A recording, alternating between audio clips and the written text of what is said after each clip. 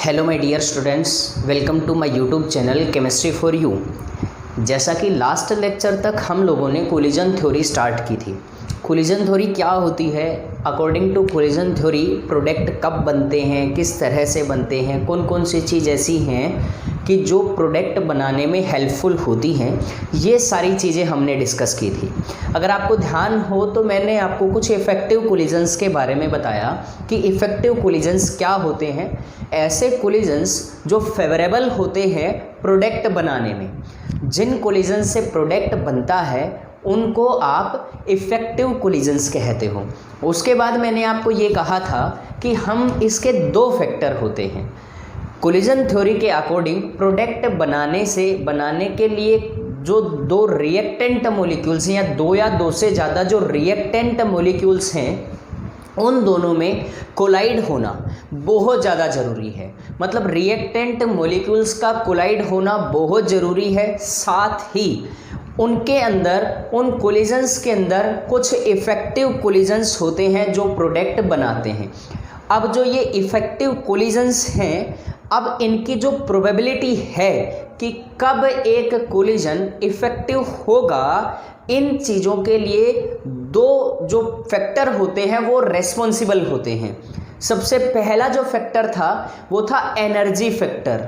उसके बाद दूसरा जो फैक्टर है वो है ओरिएंटेशन फैक्टर। तो ये जो दो फैक्टर हैं वो हम पढ़ने जा रहे हैं। तो मैंने आपको कल ये बताया था कि एनर्जी फैक्टर क्या होता है। एनर्जी फैक्टर के बारे में लिखवाया थोड़ा सा। आज हम ग्राफ बनाने वाले हैं और एक ग्राफ की हेल्प से हम समझेंगे कि एनर्जी फैक्टर क्या होता है, रिएक्शन किस प्रकार से प्रोसीड करती है और रिएक्शन किस तरह की होगी, ये चीज़ें भी हम आज डिस्कस करेंगे। तो सबसे पहले आप हेडिंग डाल के लिखेंगे ग्राफ। हम क्या लिखेंगे? ग्राफ एनर्जी फैक्टर का। आप लास्ट टाइम जहाँ से लिखा था वहीं से कंटिन्यू कर सकते हैं। और अगर आप लोगों ने अभी तक जो लास्ट वाला लेक्चर है नहीं देखा है, आप यहाँ नए हैं, तो पीछे वाले लेक्चर भी ज़रूर देख लीजिएगा। इसके बाद आपको समझ आ ही जाएगा। उसके बाद हम यहाँ ग्राफ बनाना शुरू करते हैं।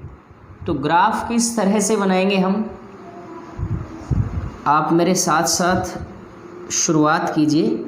चित्रकारी में हमारा हाथ जो है वो थोड़ा सा तंग है, तो एडजस्ट कीजिएगा और कोशिश करना एडजस्ट करने की, और करना ही पड़ेगा आपको एडजस्ट। तो यहाँ से मैं लिखता हूँ एनर्जी। इस साइड जो है वो है energy of reactant, energy of reactant molecules. इसे मैं ER से डिनोट करूं तो आप लोगों को कोई प्रॉब्लम नहीं होनी चाहिए, ठीक है। उसके बाद यहाँ इधर वाली साइड जो है वो है रिएक्शन प्रोग्रेस, रिएक्शन प्रोग्रेस।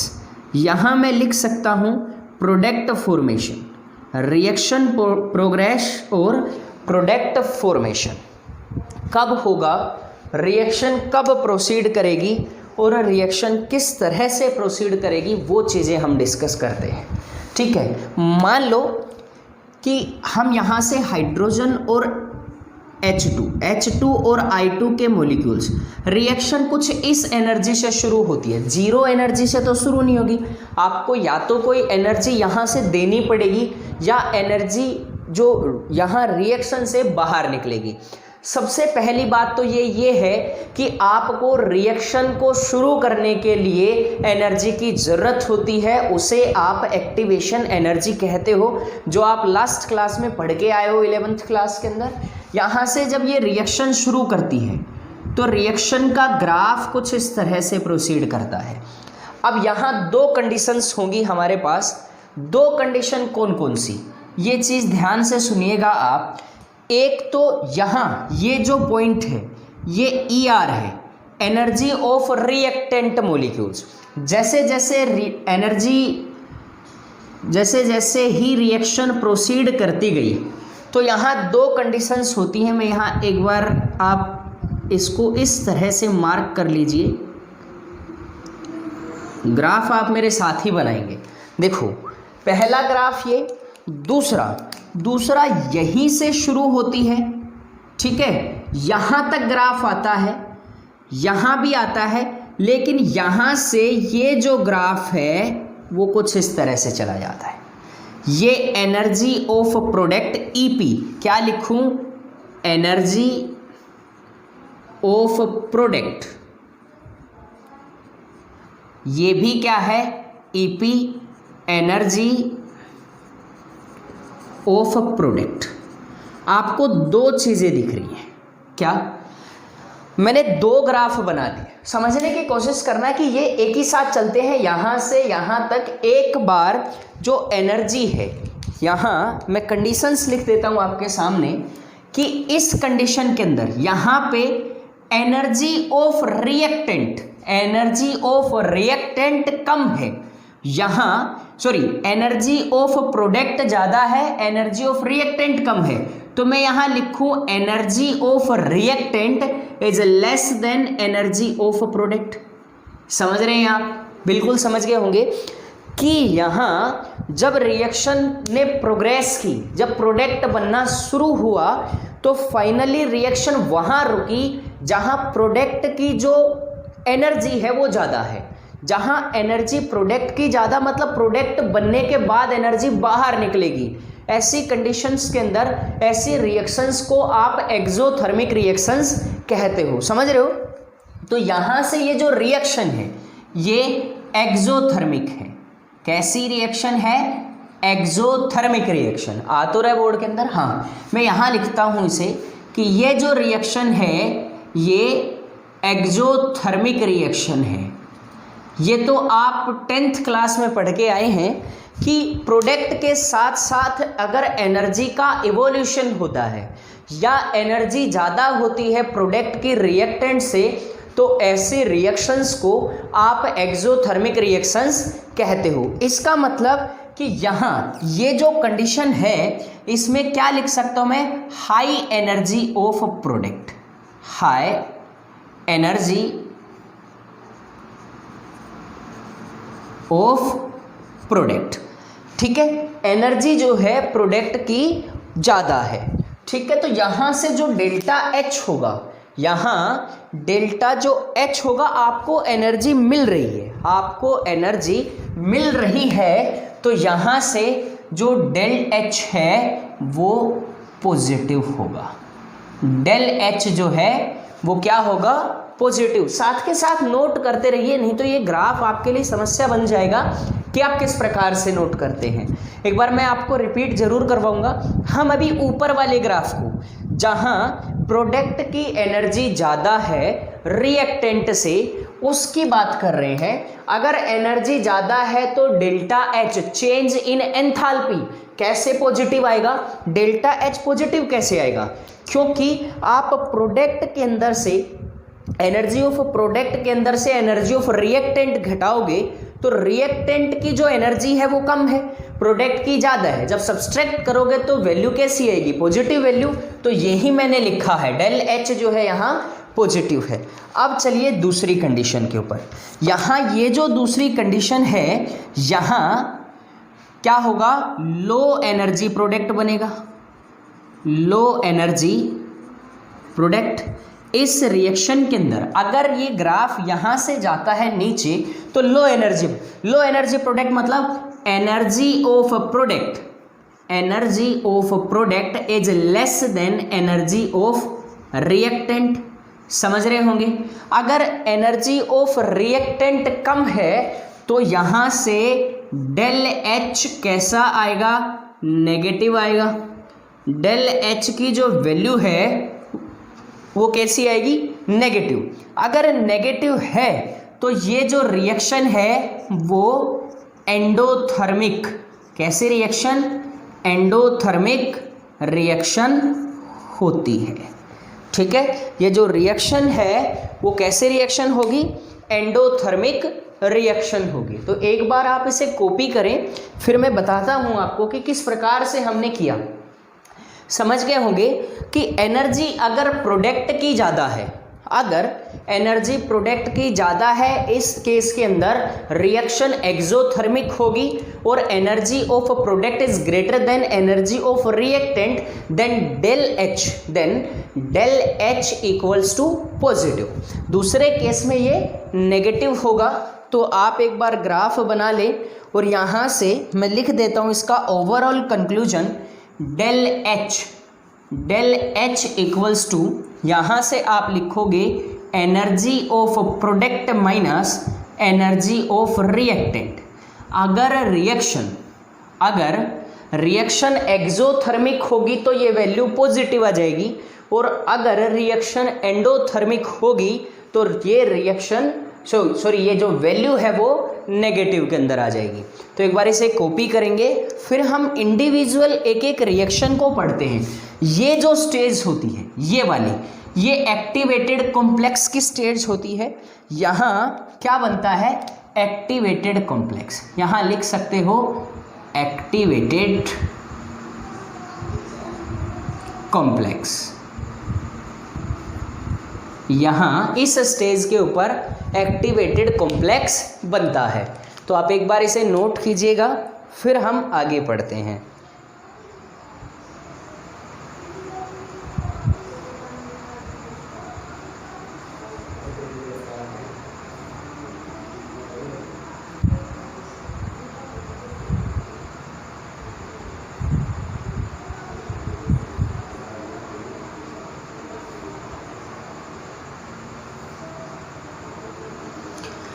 तो आप लोगों ने लिखा होगा, इसे स्क्रीनशॉट भी ले लिया होगा। अब हम इंडिविजुअल एक्सोथर्मिक और एंडोथर्मिक रिएक्शंस के बारे में डिस्कस कर लें कि एक्सोथर्मिक रिएक्शंस क्या होती हैं और एंडोथर्मिक रिएक्शंस क्या होती है।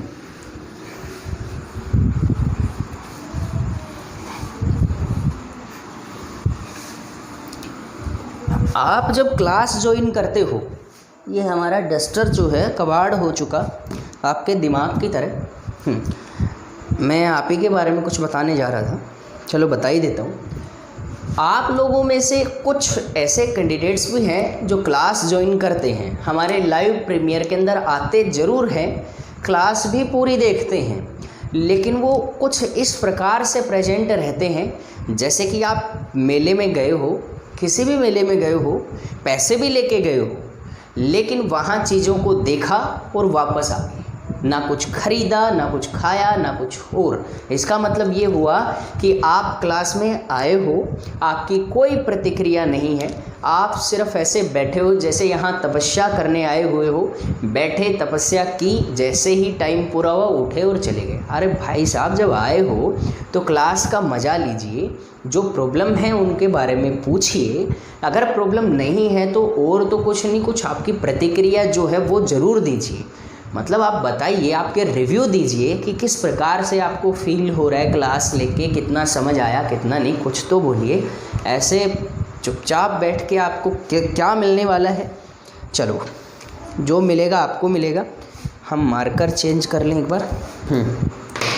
हम डिस्कस करने वाले हैं सबसे पहली रिएक्शन एंडोथर्मिक के बारे में।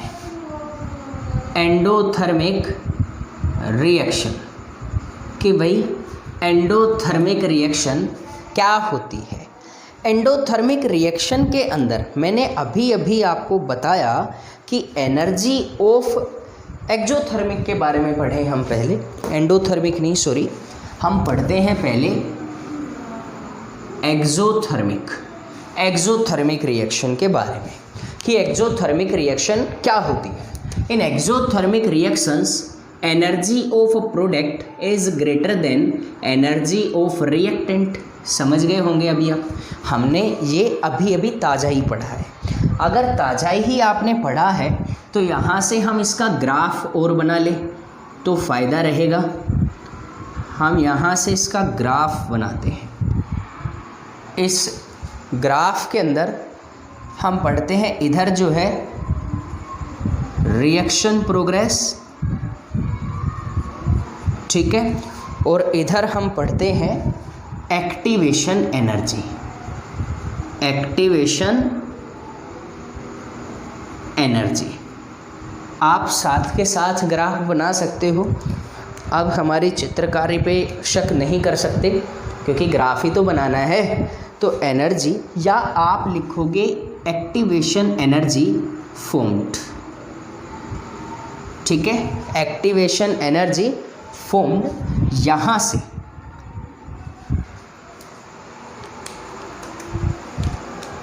यहाँ से हम शुरू करते हैं एनर्जी ऑफ प्रोडक्ट। एनर्जी, एक मिनट रुकिएगा। हाँ, तो देखिए मैंने ग्राफ बना लिया है। आप ये मत समझिएगा कि ग्राफ मैंने किसी और से बनवा लिया। ग्राफ मैंने खुद ने बनाया है, और इतना सुंदर मैंने इसलिए बनाया है क्योंकि टाइम बहुत ज़्यादा लग जाता, इसलिए मैंने वीडियो को पॉज कर दिया। टाइम ज़्यादा लग जाता है, इस वजह से वीडियो पॉज कर दिया गया। अदरवाइज अब मैं इसकी सारी चीज़ें एक एक चीज़ जो है मैं आपको समझा देता हूँ। देखो, सबसे पहले मैंने यहाँ एनर्जी ऑफ रिएक्टेंट लिया।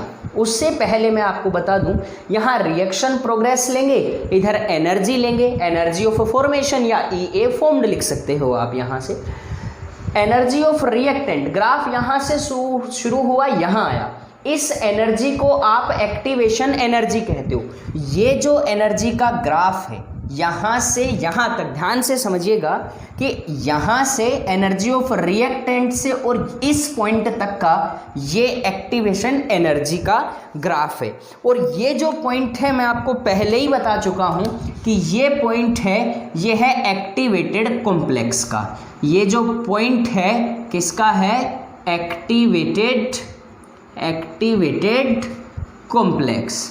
ठीक है, तो ये जो पॉइंट है वो एक्टिवेटेड कॉम्प्लेक्स का पॉइंट है। उसके बाद मैंने कहा कि energy of product is greater than energy of reactant. मैंने एनर्जी ऑफ प्रोडक्ट को यहीं पे रोका, यहाँ रोका, तो देखो प्रोडक्ट यहाँ बन गया, रिएक्टेंट की एनर्जी यहाँ और प्रोडक्ट यहाँ पे। तो मैं यहाँ इसे भी एक बार अंडरलाइन कर दूं कि अपने पास एनर्जी ऑफ प्रोडक्ट जो है वो ये है। अगर एनर्जी ऑफ प्रोडक्ट ये है तो यहाँ से आप EP माइनस ER, EP मतलब energy of product minus energy of reactant, EP minus ER, इस तरह से कैलकुलेट करते हैं। स्क्रीनशॉट ले लीजिएगा। अब इसके अंदर कोई चेंज नहीं करेंगे। देखो, रिएक्टेंट से और जहां तक प्रोडक्ट बना उसकी एनर्जी EP माइनस ER होगी। मैं इस ग्राफ को नीचे लेके आ सकता था। मैंने जो प्रोडक्ट की एनर्जी मानी, मैं उसे एनर्जी ऑफ फॉरवर्ड डायरेक्शन मतलब E of F, energy of forward reaction, अगर ये रिएक्शन बैकवर्ड डायरेक्शन के अंदर भी प्रोसीड करती है तो एनर्जी ऑफ बैकवर्ड डायरेक्शन मतलब E of F minus E of B में यहाँ से कैलकुलेट कर लेता। आप जनरली कैलकुलेट जो करना है वो है energy of product minus energy of reactant. यहाँ से ये जो अगर ये रिएक्शन वापस से प्रोसीड करती है तो यहाँ प्रोडक्ट से और एक्टिवेटेड जो कॉम्प्लेक्स तक जाने की एनर्जी है, इसे आप एनर्जी ऑफ बैकवर्ड कहते हो। अब उसके बाद जीरो से, ध्यान से सुनना, जीरो एनर्जी से एक्टिवेटेड कॉम्प्लेक्स बनने तक जो एनर्जी आपकी यूज हुई है उसे आप थ्रेशोल्ड एनर्जी कहते हो। फ्रीक्वेंसी नहीं, थ्रेशोल्ड एनर्जी, आप उसे क्या कहते हो? Threshold energy. ठीक है, उसके बाद अब क्या रह गया? सारा कुछ हो गया। तो इसका आप स्क्रीनशॉट ले ले। यहाँ से मैं एक चीज़ और लिखता हूँ कि डेल ऑफ H मतलब change in enthalpy, del of H equals to energy of forward minus energy of backward. ठीक है, इस प्रकार से आप कैलकुलेट कर सकते हो। ठीक है ना? तो यहाँ से आप एक बार इसे कॉपी करें, फिर हम कुछ एक दो टर्म्स जो हैं वो हम डिस्कस करने वाले हैं कि जो नई टर्म आई एक्टिवेशन एनर्जी वो क्या होती है। तो एक बार आप कॉपी कीजिएगा।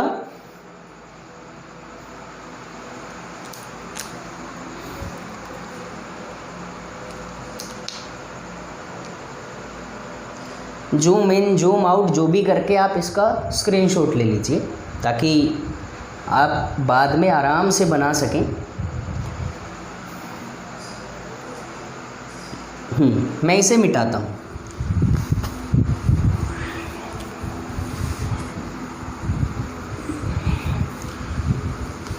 यहाँ से हम डिफाइन करेंगे एक्टिवेशन एनर्जी। क्या होती है activation energy? Sorry, just 1 second please. हाँ, तो नई टर्म जो है वो हम डिस्कस करते हैं। टर्म का नाम है एक्टिवेशन एनर्जी। आप लिखेंगे एक्टिवेशन एनर्जी कि एक्टिवेशन एनर्जी क्या होती है, किसे आप एक्टिवेशन एनर्जी कहते हो। तो लिखेंगे द एडिशनल एनर्जी, इसे डिफाइन कर रहे हैं हम, the additional energy, the additional energy which is required,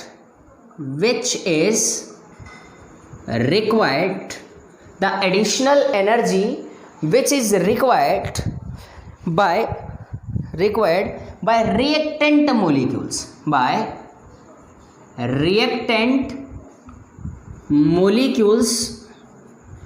additional energy is required by reactant molecules to form activated complex is called activation energy,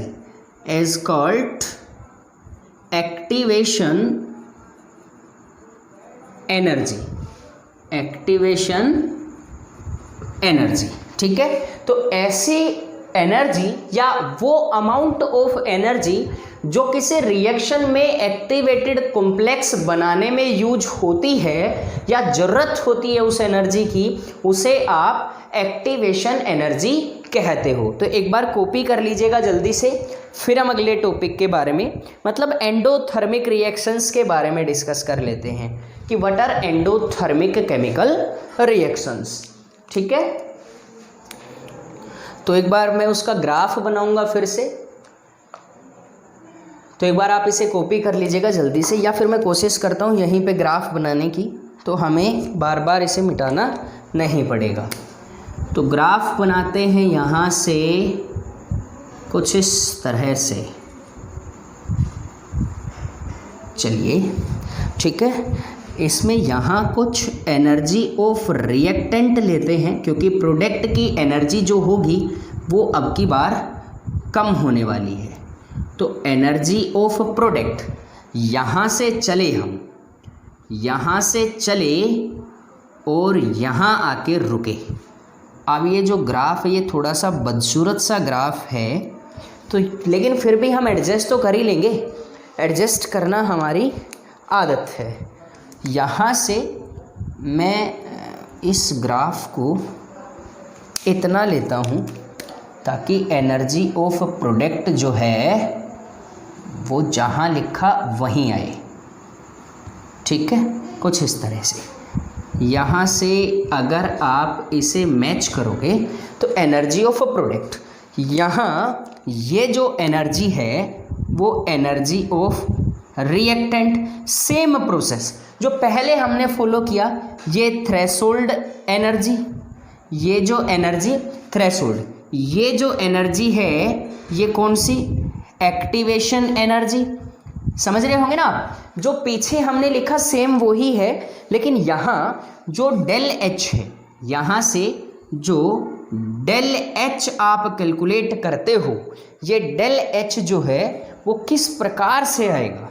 जो डेल एच है वो आएगा ई energy of product minus energy of reactant, ये तो आएगा, लेकिन जो value होगी वो नेगेटिव में आएगी। क्यों आएगी? यहाँ से देखिए, अगर यहाँ तक ये एक्टिवेशन एनर्जी का ग्राफ है जो पीछे बनाया वैसा ही, अब यहाँ से यहाँ तक अगर आप आते हो, ये एनर्जी ऑफ बैकवर्ड है, लेकिन ई ए ऑफ बैकवर्ड डायरेक्शन,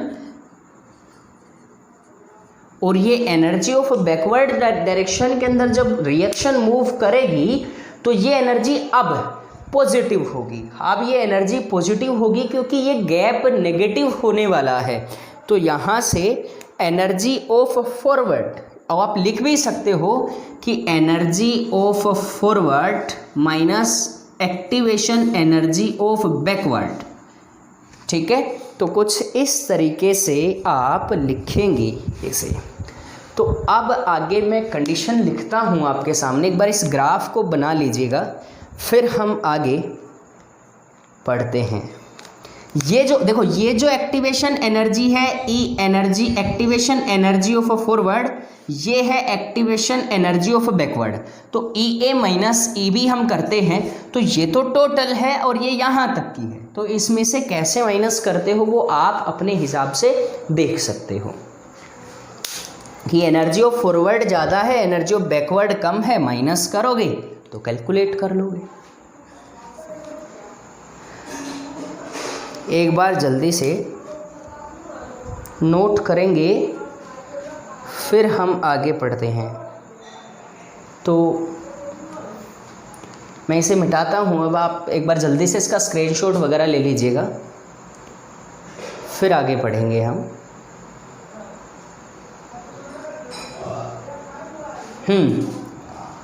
तो यहाँ से मिटाते हैं हम इसको। जब हम मिटाएंगे फिर हम आगे का लिखेंगे। तो चलिए, पहली condition, condition number first, condition number first आप लिखेंगे क्या?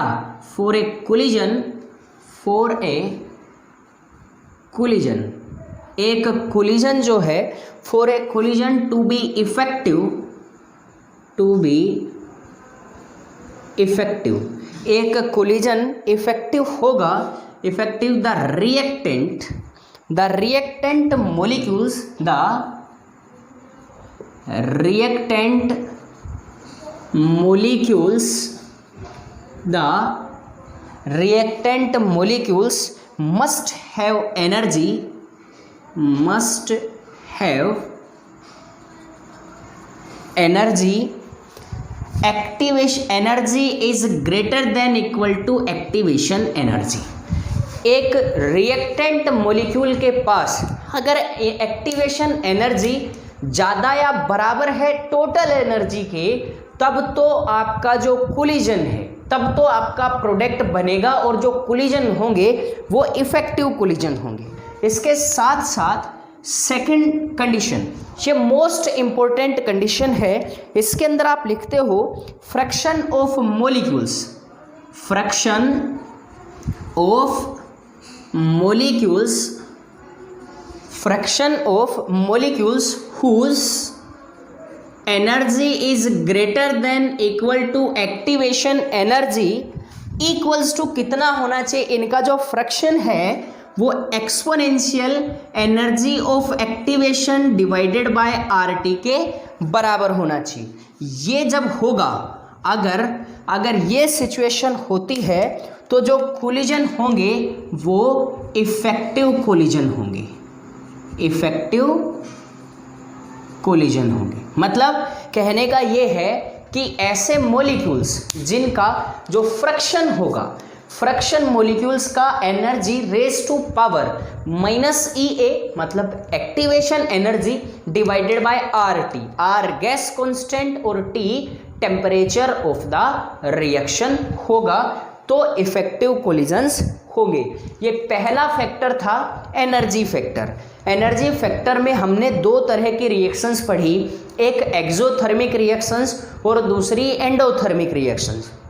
इनके अकॉर्डिंग जो कंक्लूजन निकला कि एक जो कोलिजन है वो इफेक्टिव कब होगा, ये दोनों सिचुएशंस या दोनों कंडीशंस जो रेस्पॉन्सिबल होती है मैंने लिखवाई। अब इसके बाद जो नेक्स्ट कंडीशन है वो है ओरिएंटेशन फैक्टर। अब हम पढ़ने वाले हैं ओरिएंटेशन फैक्टर को। तो चलिए हम शुरू करते हैं ओरिएंटेशन फैक्टर को। एक बार आप इसका स्क्रीनशॉट ले लीजिएगा, फिर आगे।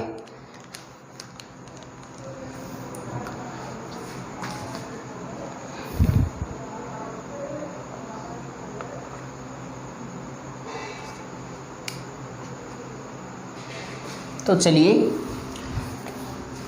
नेक्स्ट जो फैक्टर है उसके बारे में हम चर्चा कर लेते हैं। नेक्स्ट जो फैक्टर है वो है ओरिएंटेशन फैक्टर। सेकंड जो है वो है ओरिएंटेशन फैक्टर। ओरिएंटेशन फैक्टर क्या होता है? देखो, सबसे पहले इसे समझने की ज़रूरत है। ओरिएंटेशन का मतलब घूमना। अब घूमेगा क्या? Reactant molecules. कैसे घूमेंगे? जैसे हम घुमाएंगे। मतलब कहने का ये है कि रिएक्शन के अंदर अगर कोलिजन्स हो रहे हैं और अगर प्रॉपर कोलिजन नहीं हो रहे तो इस केस में प्रोडक्ट नहीं बनेंगे। तो प्रॉपर कोलिजन होने के लिए दो फैक्टर रेस्पॉन्सिबल थे, एक एनर्जी फैक्टर और दूसरा ओरिएंटेशन फैक्टर। तो अब हम पढ़ने वाले हैं ओरिएंटेशन फैक्टर को। तो देखिएगा, ये यहाँ CH3I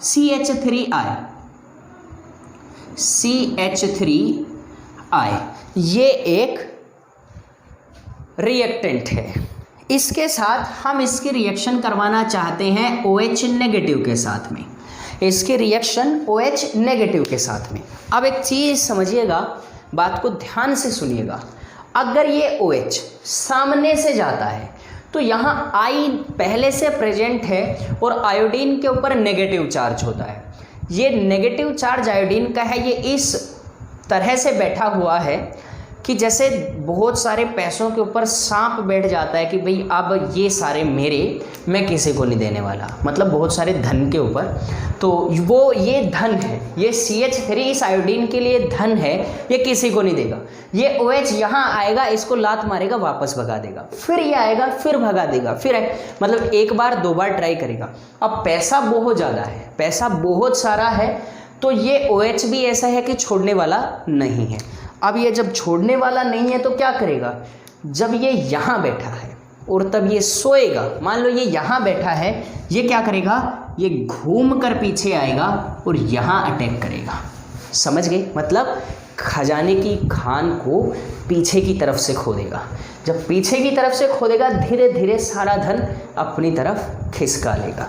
जैसे ही खिसकाया, जैसे ही इसने सारी चीज़ें अपनी तरफ कर ली, अपनी तरफ करने के बाद ये क्या करेगा कि कार्बन यहाँ OH, यहाँ जुड़ेगा H, यहाँ पे भी H और यहाँ H, और भाई साहब आयोडीन आप बाहर जाइए। ठीक है, इस तरह से कर देगा। ये जो ओरिएंटेशन है, देखो अगर ये एक चीज़ समझना, मैं बनाने की कोशिश करता हूँ। ये अगर सामने से आता है, अगर ये सामने से आता है, इसका काम नहीं बनता। ये इम्प्रॉपर, ये क्या है? Improper orientation. ये क्या है? इम्प्रॉपर। और ये अगर पीछे से आता है, ये क्या है? Proper orientation. क्यों? क्योंकि इधर से आने पर इसका काम बन गया। ठीक है, तो ये प्रॉपर ओरिएंटेशन और एक इम्प्रॉपर ओरिएंटेशन। इस तरह से ओरिएंटेशन फैक्टर जो है वो मैटर करता है इन केमिकल रिएक्शंस के अंदर कि एक कोलिजन, अगर देखो ये कोलाइड करता है, यहाँ से वापस चला जाता। क्यों? क्योंकि आयोडीन बैठा है यहाँ पे। इसने क्या किया कि इसने कोलाइड किया यहाँ से। जब यहाँ से कोलिजन होगा तो प्रोडक्ट बनेगा, और प्रोडक्ट जब बनता है तो ये इफेक्टिव कोलिजन होता है। तो यही हम बताना चाह रहे थे। तो हम यहाँ लिखेंगे, यहाँ से हम लिखेंगे, एक पॉइंट लिखेंगे, आप भी लिखे साथ में, कि for a collision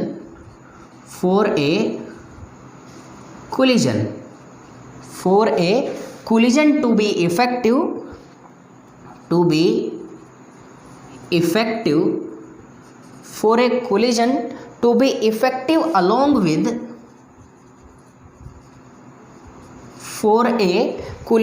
be effective along with energy is greater than equal to activation energy, less than equal to, sorry, जो एनर्जी होगी वो ज़्यादा होगी, एक्टिवेशन एनर्जी कम या बराबर भी हो सकती है।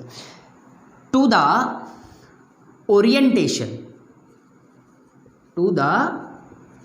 Orientation of colliding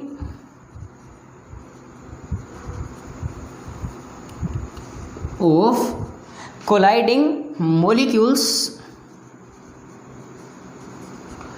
should be proper, या कोलिजन ऑफ मोलिक्यूल्स लिख सकते हो। यहां मैं लिखूं रिएक्शन देन ओरिएंटेशन ऑफ, यहां से लिखोगे then orientation of colliding molecules is proper. ठीक है, तो प्रॉपर ओरिएंटेशन के बारे में मैंने आपको बताया कि ये होता है प्रॉपर ओरिएंटेशन। ठीक है, तो प्रॉपर ओरिएंटेशन का मतलब क्या होगा कि energy of effective collision, energy of effective collision कब कब लाई करती है, कब, एक तो ओरिएंटेशन फैक्टर, और ओरिएंटेशन फैक्टर किसके ऊपर डिपेंड करता है, प्रॉपर कोलिजन पे। किस पे, प्रॉपर कोलिजन के ऊपर। तो यहां से दूसरी चीज एनर्जी क्या होनी चाहिए, ये भी मैंने आपको लिखवाया ही है कि energy is greater than equal to activation energy. दोनों फैक्टर मैंने आपको लिखवा दिए हैं, जल्दी जल्दी से आप इन्हें नोट कर लीजिएगा। फिर आपके जल्दी से नोट करने के बाद हम इसके ऊपर कुछ एक दो स्टेटमेंट्स हैं वो हम लिखवाएंगे।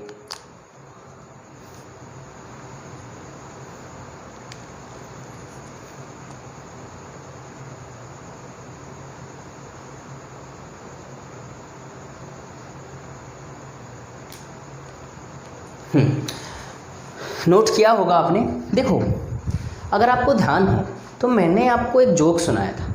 नहीं ध्यान, चलो नहीं सुनाया, नहीं ध्यान तो नहीं सुनाया, तो मैंने आपको एक चीज़ बताई थी, मोलिकुलरिटी ऑफ ए रिएक्शन। मैंने ये भी कहा था कि molecularity of A reaction can not be greater than 3, कि एक रिएक्शन की जो मोलिकुलरिटी है वो 3 से ज़्यादा नहीं हो सकती। क्यों नहीं हो सकती, ये चीज़ मैंने आपको पहले भी बताई थी कि 3 से ज़्यादा मोलिक्यूल आपस में रिएक्ट करना एक साथ पॉसिबल नहीं होता। तो क्यों नहीं कर सकते ये चीज़ें भी हम देखें। देखो, कोलिजन हो रहा है। अब ये देखो, ये मान लीजिए कोई रिएक्टेंट है एक, अब ये 3 अलग अलग रिएक्टेंट, मतलब 3 अलग अलग स्फीयर इसके साथ जुड़कर प्रोडक्ट बनाना चाहते हैं।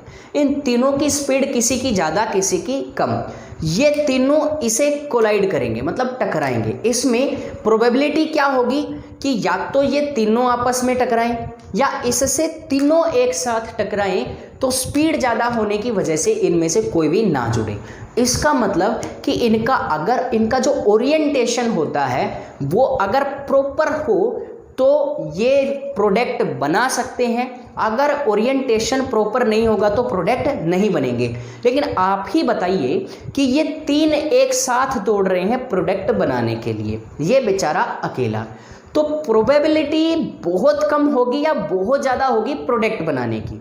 आपके हिसाब से खुद जल्दी से बताइए कि प्रोबेबिलिटी कम होगी या ज़्यादा होगी। मेरे हिसाब से कि प्रॉपर ओरिएंटेशन की जो प्रोबेबिलिटी है वो कम होगी। क्यों? क्योंकि 3 मॉलिक्यूल्स हैं, अकेला होता प्रॉपर ओरिएंटेशन करता और प्रोडक्ट बना लेता, 2 होते तो भी दिक्कत होती, 3 है तो सबसे ज़्यादा दिक्कत है ही।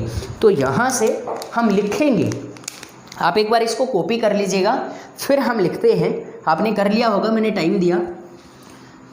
हम लिखेंगे इसी के बारे में कि ओरिएंटेशन प्रॉपर ना होने की वजह से जो मॉलिक्यूलरिटी है वो एक हैश पॉइंट डाल के लिखेंगे। आप हैश पॉइंट में आप क्या लिखेंगे कि molecularity and order, molecularity and order of a reaction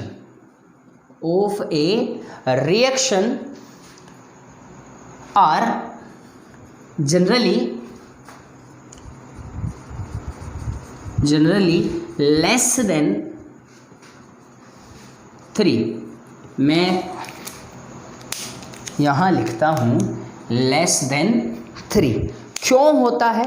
और equal to 3, और इक्वल टू किसके, 3 के बराबर, मतलब या तो 3 से कम या 3 से ज़्यादा, and can not be greater than 3। 3 से ज़्यादा होता नहीं है। मैंने आपको बताया है पहले ही कि जो मोलिकुलरिटी है और ऑर्डर ऑफ द रिएक्शन ये 3 से कम होता है या 3 के बराबर होता है। 3 से ज़्यादा होने के चांसेस बहुत ही कम होते हैं, रेयर चांस होता है कि थर्ड ऑर्डर रिएक्शन से ज़्यादा कोई रिएक्शन मिले, 3 से ज़्यादा ऑर्डर वाली रिएक्शन मिले, या जिसकी मोलिकुलरिटी 3 से ज़्यादा हो, ऐसा बहुत कम चांस होता है।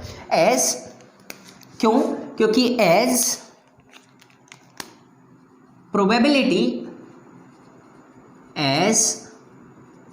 probability of more than 3, as probability of more than 3 molecules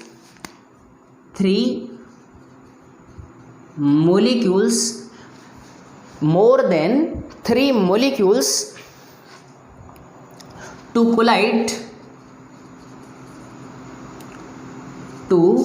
collide with proper orientation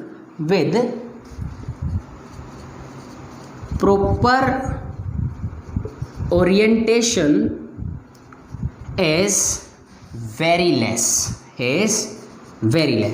ये कहता है कि 3 से ज़्यादा जो ओरिएंटेशन है, मतलब 3 से ज़्यादा मॉलिक्यूल्स का प्रॉपर ओरिएंटेशन नहीं हो पाता, इसलिए order of the reaction and molecularity of the reaction 3 से ज़्यादा नहीं हो सकती। तो इस वजह से हमने ये पॉइंट एक बार पहले भी डिस्कस किया है और अब भी, तो आप इसे कॉपी कर लीजिएगा। फिर अगला जो टॉपिक होगा हमारा वो हम पढ़ेंगे effect of temperature on rate of reaction. Next जो टॉपिक है वो है effect of temperature on rate of reaction. तो आप एक बार इसे कॉपी कर लीजिएगा, फिर हम आगे की बातों को डिस्कस करते हैं।